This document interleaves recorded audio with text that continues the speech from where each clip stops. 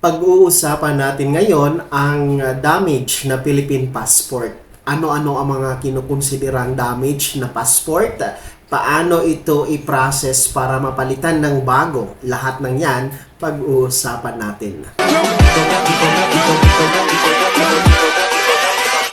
Hold up.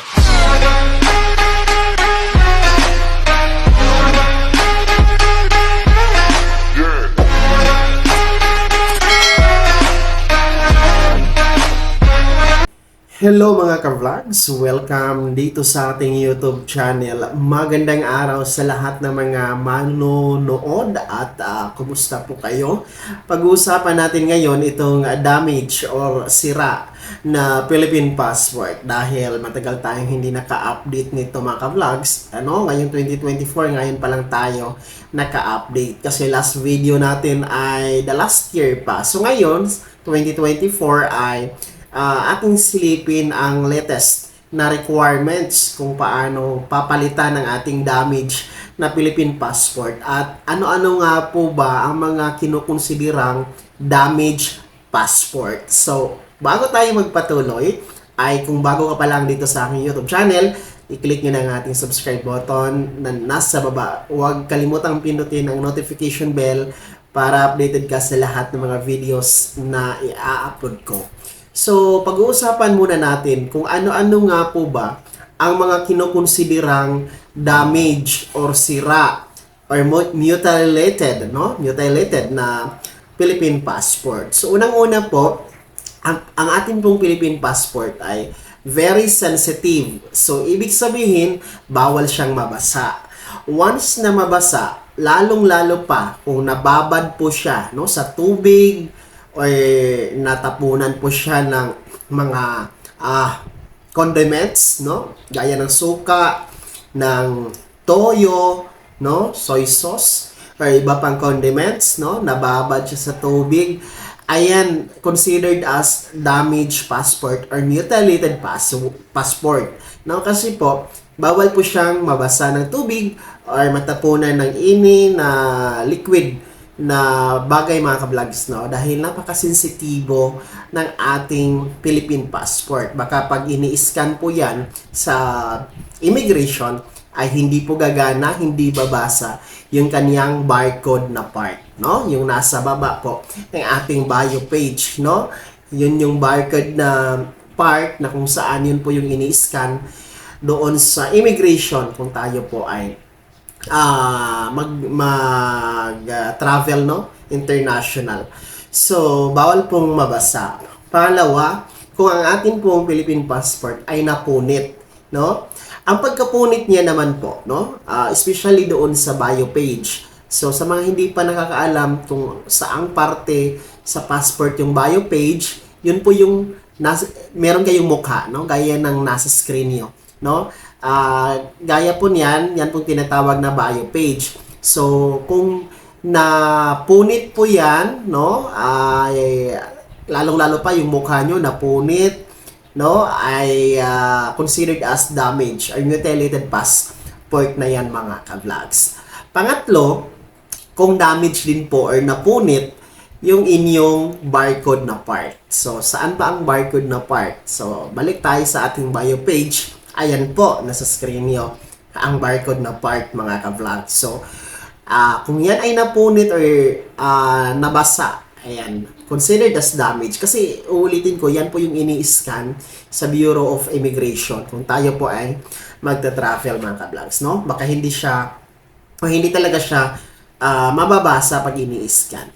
So, kasunod, kung consider na damage ang isang passport, kung ito po ay nabura yung mga personal details, halimbawa sa bio page nyo, nabura po yung pangalan nyo, nabura po yung mukha nyo, nabura po yung mga impormasyon, ayan considered as damaged or mutilated passport po yan mga ka-vlogs.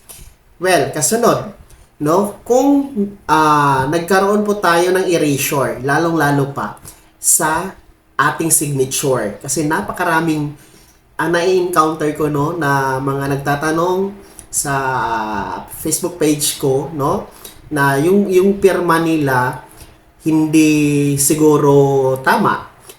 Tapos binura nila. Ang pagbura ginamitan ng ng fluid, no, ng yung mga pambura, no. Wag niyo yang gagawin kasi tinitingnan din po yan ng immigration, yung signature nyo. Kasi dyan din po natetest yung authenticity ng passport holder, mga ka-vlog. So, huwag nyong gamitan ng pambura, no? Yung iba, ginamitan pa ng fluid, no? Liquid fluid ng masyadong halata na binura yung signature. So, wag nyong gagawin yan, mga ka-vlogs, no? Ito tip lamang po, no, para sa mga parents or guardian na yung passport ng inyong mga minor na anak, no, lalong-lalo pa yung 7 years old below, wag nyo nang pirmahan, no? Leave that space vacant, no? Wag niyo pirmahan 'yan, no, sa mga minors na mga passport holder. Ayan po, sa mga guardian dyan ha, wag niyong pirmahan. So, yun, considered as damage kung yung pirma binura, no? Tapos nilagyan ng mga erasure ng yung white tape, no? Dinikitan para pirmahan uli, no? Bawal na bawal po 'yan, mga ka-vlogs. Meron din po mga cases na napunit siya. Halimbawa doon sa mga 40 page, no? Sa huli napunit po siya doon, yung mga page na hindi bio page, yung page 46, 47, so on and so forth. So, as long as hindi siya nabasa at hindi naman gaanong napunit, no? Small amount lang, ayan, pwede pa po yan siya, mga ka-vlogs, no? And, basta hindi lang talaga nabasa. May mga nagtatanong din na kung nafi-fade yung nasa harapan, no? Considered as damage ba daw yun? Yung nafi-fade yung sa harapan ng ating passport card, no? Gaya dito sa akin, na-fade po siya, no, sa katagalan na, no, at saka wala kasi siyang cover. So, nafi-fade yung parang gold, 'di ba? Parang gold 'yan siya na kulay.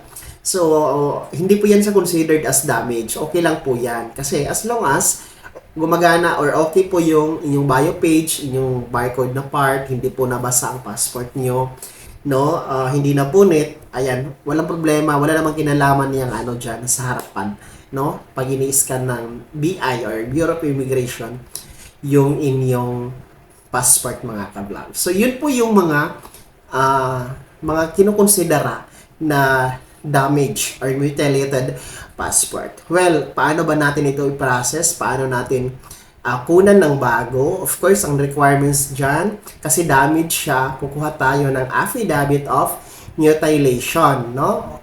So, ang affidavit of mutilation ay marami yan sa Google, mga ka-vlogs, no? Pwede nyo yung i-download, i-edit nyo lang ang mga personal information and then yung passport details nyo. And then, pwede din po kayong kumuha na doon sa mga private law firm, no? Meron na yan silang format. So, affidavit of mutilation, mga ka-vlogs, number 1 requirements. Tapos, pangalawa, kailangan yung original na passport card nyo, no? Yung original, kailangan yan siya. Tapos, pangatlo, kailangan ng photocopy yung bio page, no? Yung bio page nyo, i-photocopy nyo yan dahil kailangan yan sa appearance nyo. Then, pang-apat ay hindi na kailangan ng birth certificate, no? No need na birth certificate or NBI clearance. And then, pwede nang walang valid ID kasi pwede nyo nang gawin na valid ID yung damaged passport nyo. So, yun lang naman, affidavit of mutilation at yung original and photocopy ng inyong damaged passport card. And of course, kailangan natin na mag-set ng appointment, no? Kailangan natin magkaroon ng confirmed schedule appointment and then mag-appearance tayo, mga ka-vlogs. Ang bayad po niyan, no, pareho lang sa regular, no? Nasa 950 pesos yung regular. Then meron tayong 1,200 kung rush, no? Pero take note, meron po yung additional na penalty. So, pag damage po ang ating passport, once na ating papalitan, ay meron pong damage fee na nagkakahalaga ng 350 pesos.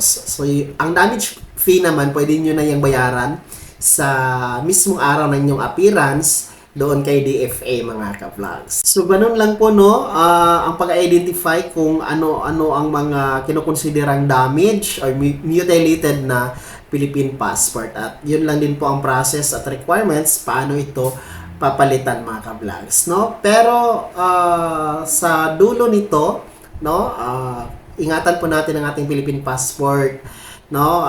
Ilayo sa mga anak para hindi po masira at lagyan ng cover, itago sa safe na lalagyan mga ka-vlogs, no, na hindi maaabot or makukuha ng mga daga, mga iba pang mga insekto, no, at mga hayop mga ka-vlogs, no.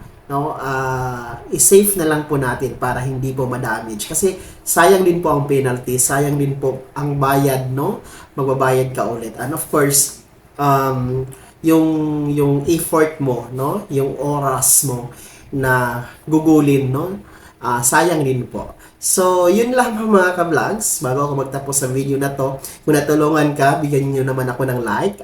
Inanyayahan ko pa kayong maging miyembro dito sa aking YouTube channel. Click nyo po ang ating join button na nasa baba. Mamili ka ng mga perks na nais mo. At kung nais nyo tumulong dito sa aking YouTube channel, andyan po ang ating super thanks button na nasa baba pa rin mga ka-vlogs. Sana'y naging gabay ang video na to kahit paano nabigyan tayo ng idea at nagabayan tayo, no, sa ating mga ka-vlogs dyan na damage or sira yung kanilang Philippine passport.